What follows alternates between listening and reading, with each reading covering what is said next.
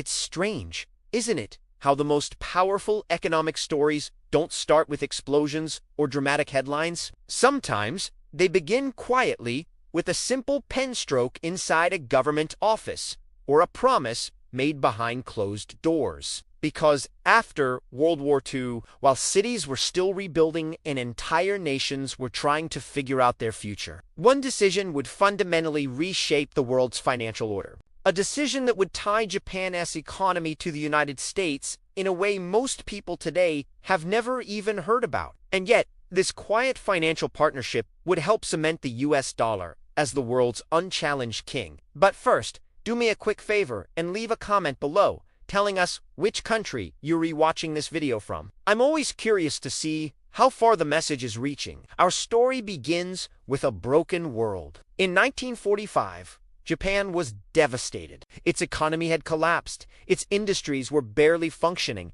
and inflation was spiraling out of control. The country's political structure was being rewritten under US occupation, and the future was anything but certain. Meanwhile, the United States, despite the enormous cost of the war, emerged as the only major power with its industrial base fully intact. America wasn't just rebuilding, it was about to lead. But power in the modern world isn't just military, it's financial. And after World War II, the United States understood that shaping the new global monetary system was just as important as shaping new international alliances. The Bretton Woods Agreement had already placed the dollar at the center of the world economy, linking all major currencies to the dollar and the dollar to gold. But to maintain that system, the U.S. needed cooperation. It needed allies who would support the dollar sometimes openly and sometimes very, very quietly. Japan became one of the most important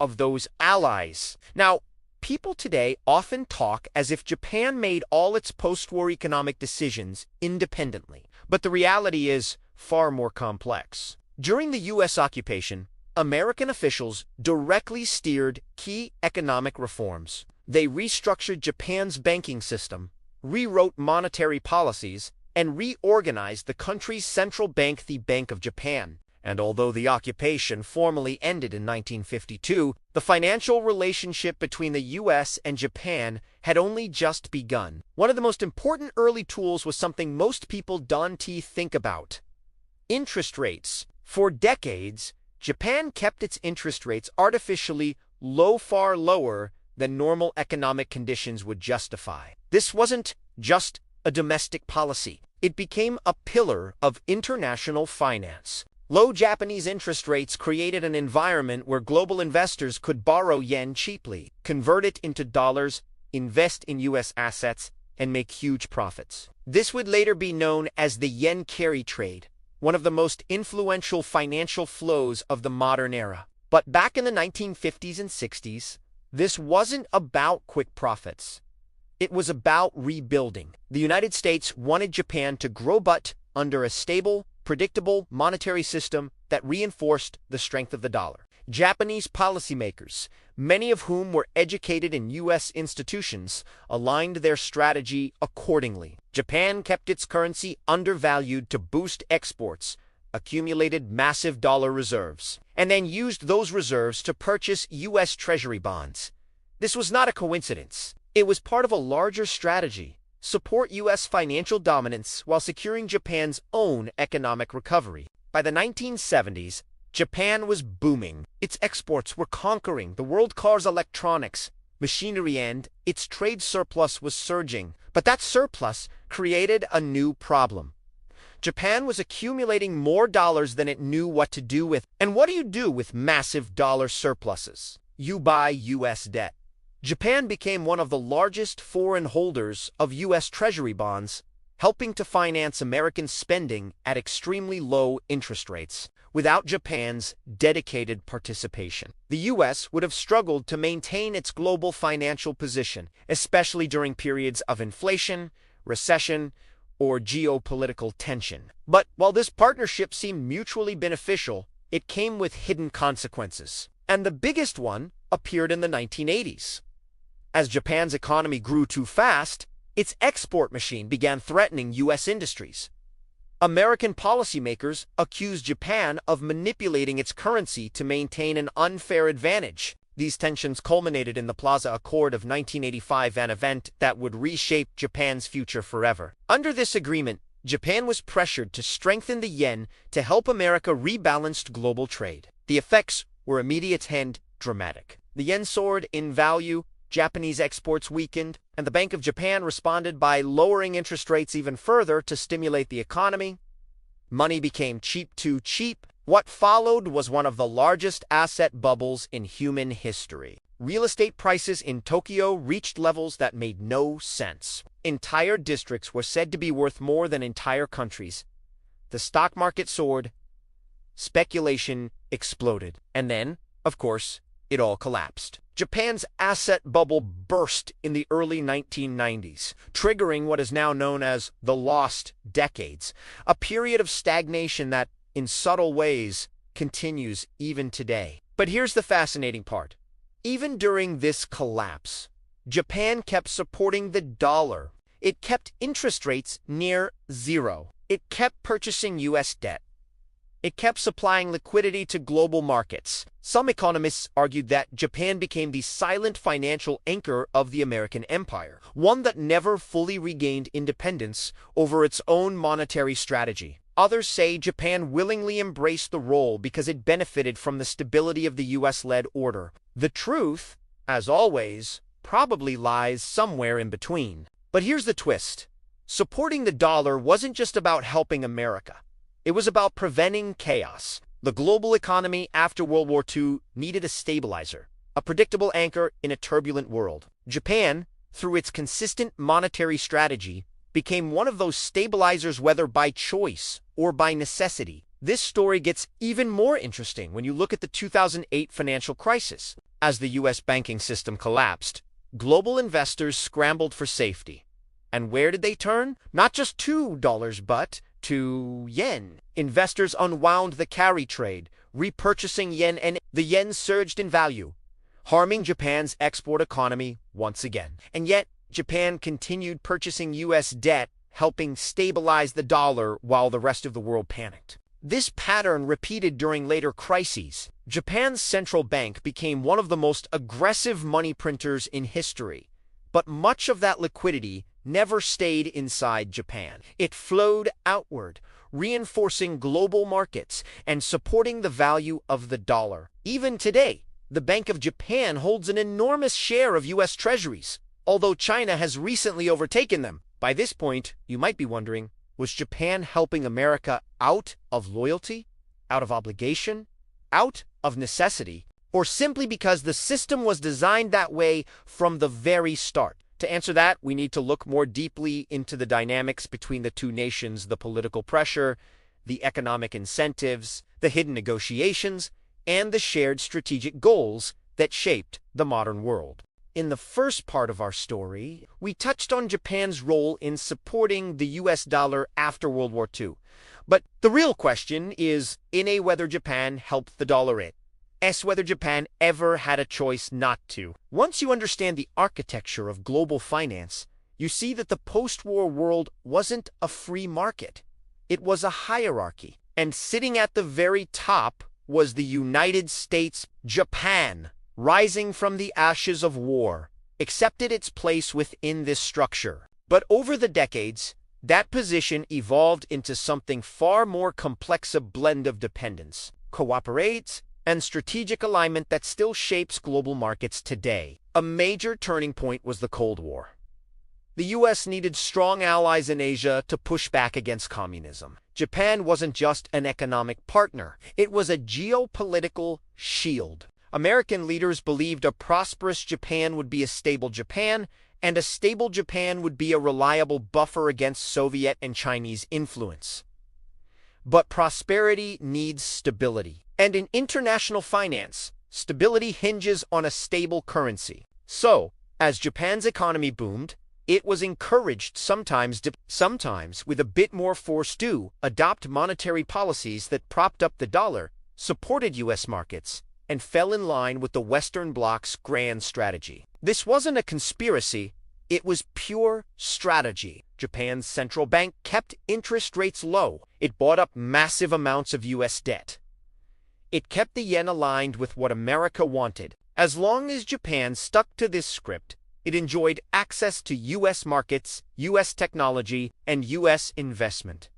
In return, the United States got a dependable financial ally that reinforced the dollar's global dominance. This arrangement played out in cycles. Whenever global markets got shaky, Japan would respond predictably, buying more U.S. debt, stabilizing financial flows, and propping up the dollar. But this had an unintended side effect. It trapped Japan in a deflationary spiral. By buying U.S. treasuries instead of stimulating its own domestic demand, Japanese households never fully regained their spending power. The economy stagnated, wages flatlined, and consumer spending weakened. This is the real story behind Japan's lost decades. It's not that Japan's policies were foolish. Japan remained locked in stagnation because it chose to prioritize global financial stability over its own domestic recovery.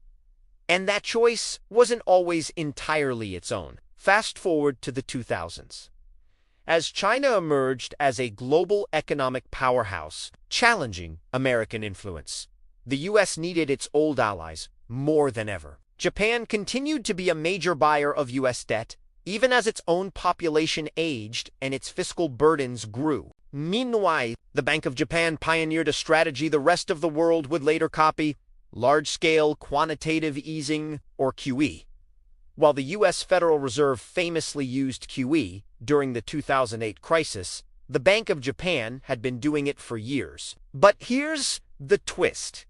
Japan wasn't just printing money for its own economy. A lot of that liquidity quietly flowed out to support global markets.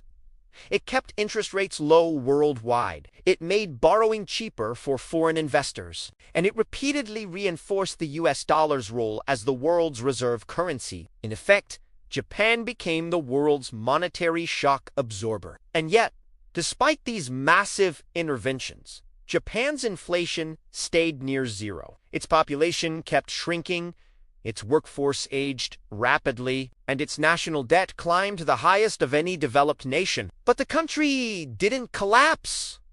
Why? Because most of that debt was held internally by its own citizens and institutions. This is where Japan truly differs from the United States. While America relies heavily on foreign creditors, Japan relies mostly on its own people. This gives the Bank of Japan extraordinary control, but it also binds the country to policies that maintain trust, stability, and predictability. In other words, Japan can't afford to take big risks.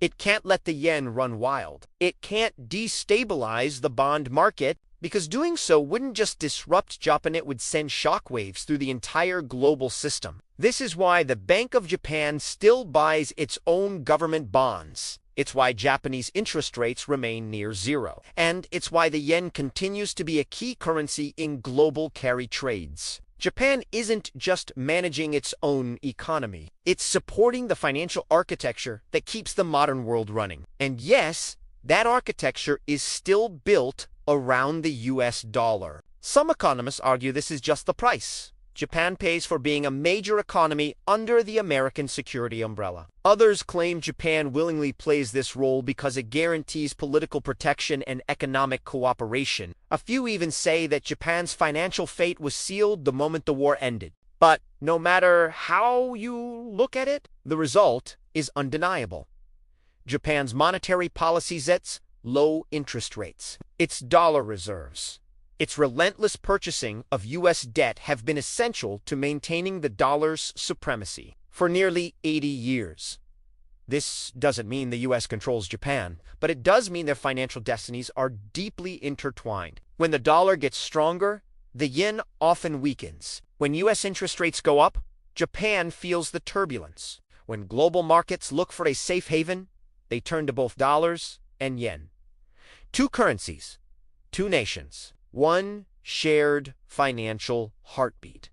So, what happens next? Japan's demographic crisis is deepening. Its labor force is shrinking, and its dependency ratio is rising. At the same time, The United States faces its own fiscal hurdles: record debt, growing deficits, and increasing political polarization. The global economy is shifting towards a multipolar world, with China, India, and other nations demanding more influence. Yet, even with all this change, the financial partnership between the US and Japan remains remarkably stable. Japan still holds massive amounts of US treasuries.